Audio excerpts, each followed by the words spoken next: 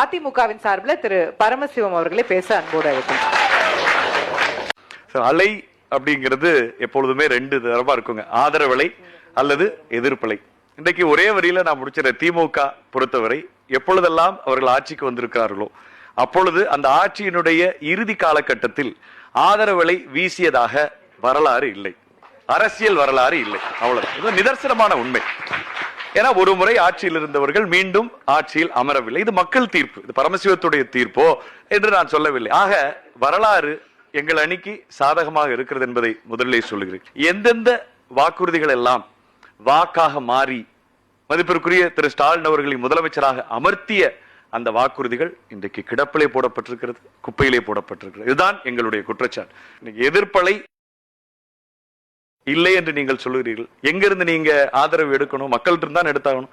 மக்களை நீங்க எப்படி பிரிக்க முடியும்? மக்கள்ங்கிறது என்ன? ஒரு தொகுப்பு. மாணவர்கள், வணிகர்கள், ஆசிரியர்கள், அரசு ஊழியர்கள், இளைஞர்கள், இப்படி ஒரு தொகுப்பு தான் மக்கள். நான் ஒன்னொன்னா வர்றேன். இன்னைக்கு விவசாயிகளை நீங்க எடுத்துக்கொள்ளணும். எதிர்கட்சி தலைவர் தனக்கு கிடைத்திருக்கிற அதிகாரத்தை வைத்து ஒரு துளி அரசியல் செய்யாமல் இன்னைக்கு டெல்டாவிலே 2 வாரத்துக்கு முன்பாக பெய்த மழையில நேரா களத்துக்கு போறார்.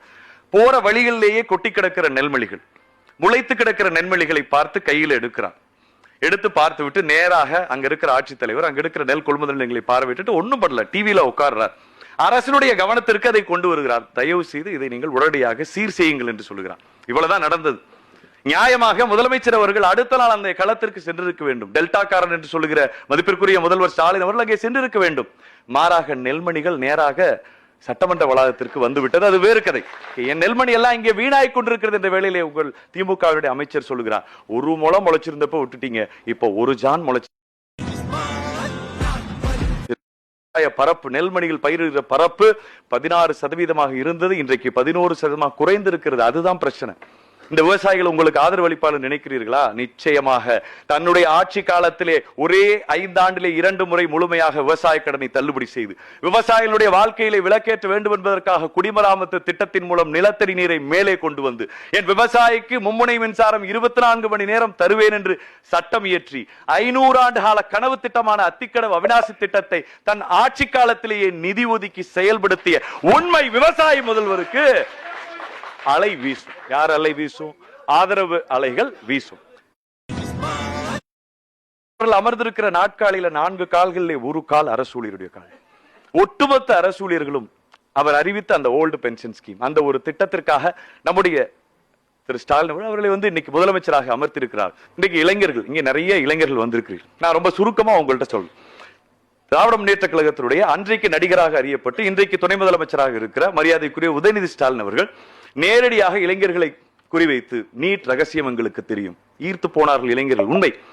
ஒரு சிலர் அதற்காகவே வாக்களித்தார்கள். கல்வி கடன் ரத்து செய்யப்படும் சொன்னார் உதயநிதி. எல்லா பிரச்சாரங்களிலும் சொன்னார். 5 லட்சம் இளைஞர்களுக்கு வேலை வாய்ப்பை என் தந்தை உருவாக்க போகிறார், ஒரு மிகப்பெரிய புரட்சி நடக்க போகிறது சொன்னார்கள். என்ன நடந்திருக்கிறது?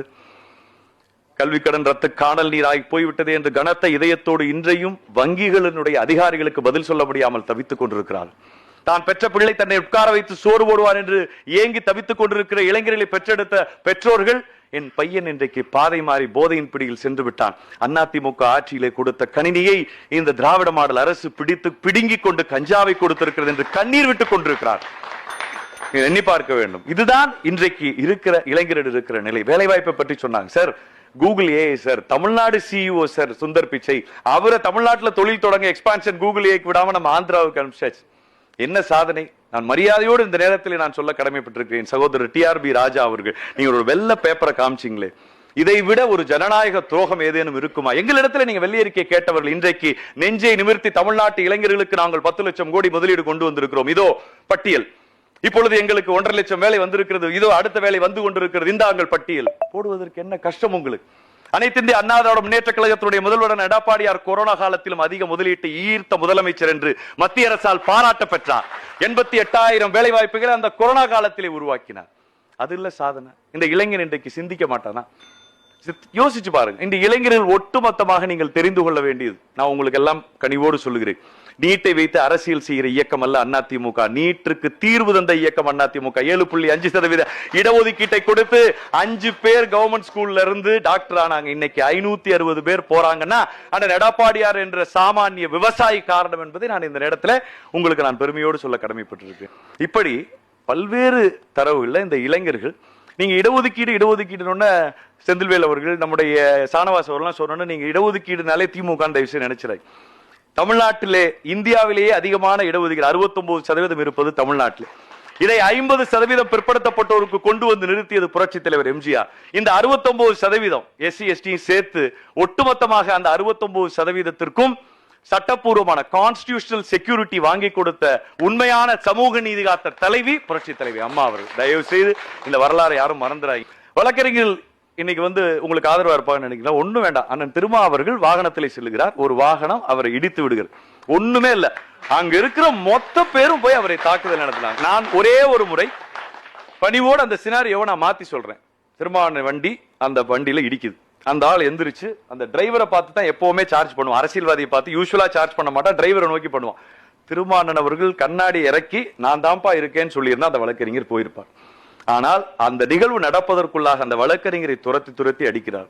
பரவாயில்ல, வழக்கறிஞர்கள் அங்கே பணிபுரிந்து கொண்டிருக்கிற பார் அசோசியேஷனுக்குள்ள போய் அடிக்கிறாங்க. மீண்டும் காணொலி காட்சி வருது.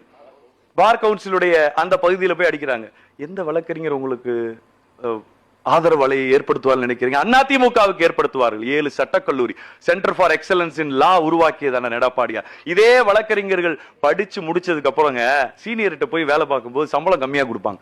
அந்த 2 வருஷம் நீ லா பிராக்டிஸ் பண்ணும்போது கூட உனக்கு 3000 ரூபாய் நான் ஸ்டைஃபண்ட் தர்றேன்னு சட்டம் போட்ட முதல்வர் அந்த எடப்பாடியார் அவர். எத்தனை சட்டக்கல்லூரி மாணவர்களுக்கு இது தெரியும்னு எங்களுக்கு தெரியாதுங்க.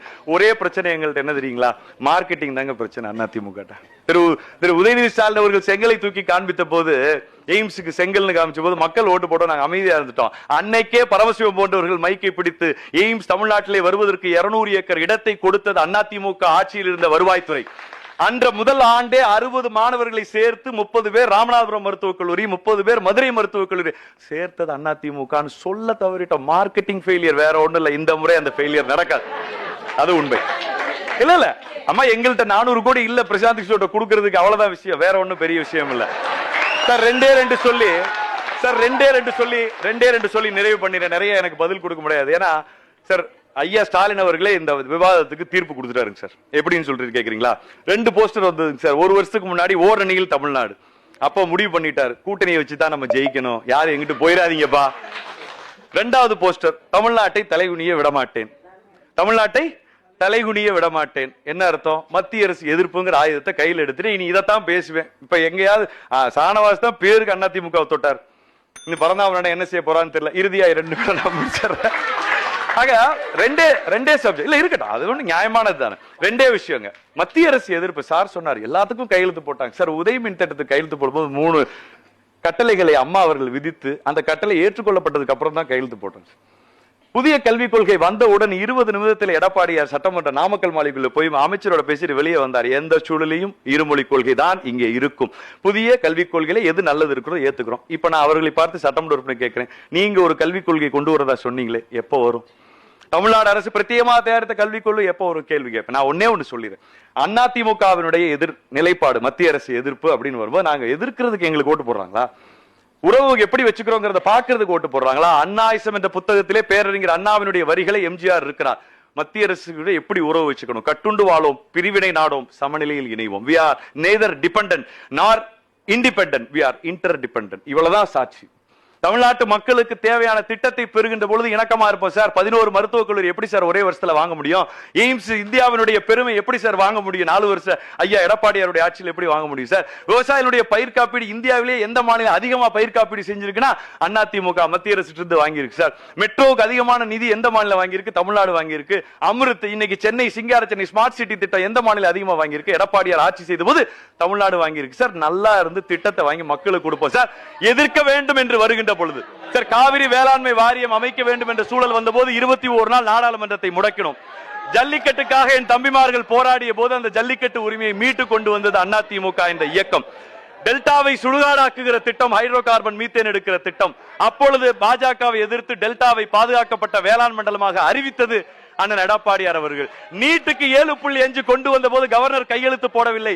இதே அரசியல் ஆளுமையோடு அண்ணன் எடப்பாடியார் அவர்கள் இந்த 7.5 நான் என்னுடைய தனி அதிகாரம், முதலமைச்சருடைய தனி அதிகாரத்தை வைத்து நான் போடுகிறேன் என்று 7.5 மத்திய அரசை எதிர்த்து போட்டோம். நீங்க பெண்களுக்கு எல்லாம் 1000 ரூபாய் கொடுத்துட்டோம்னு சொல்லி அடுத்து ஓட்டு போடுவாங்கன்னு பெண்கள் நினைச்சிட்டு இருக்கீங்க. சத்தியமா கிடையாது.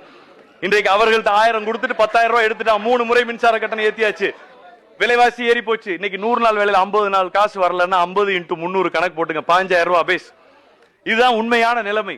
இன்னைக்கு பெண்கள் அந்த 1000 வச்சுக்க சாமி எங்களுக்கு வேணாம், என் பிள்ளை என் புருஷன் குடிப்பழக்கத்திலிருந்து காப்பாத்துங்கிறான். 24 hours சப்ளை இருக்குங்க.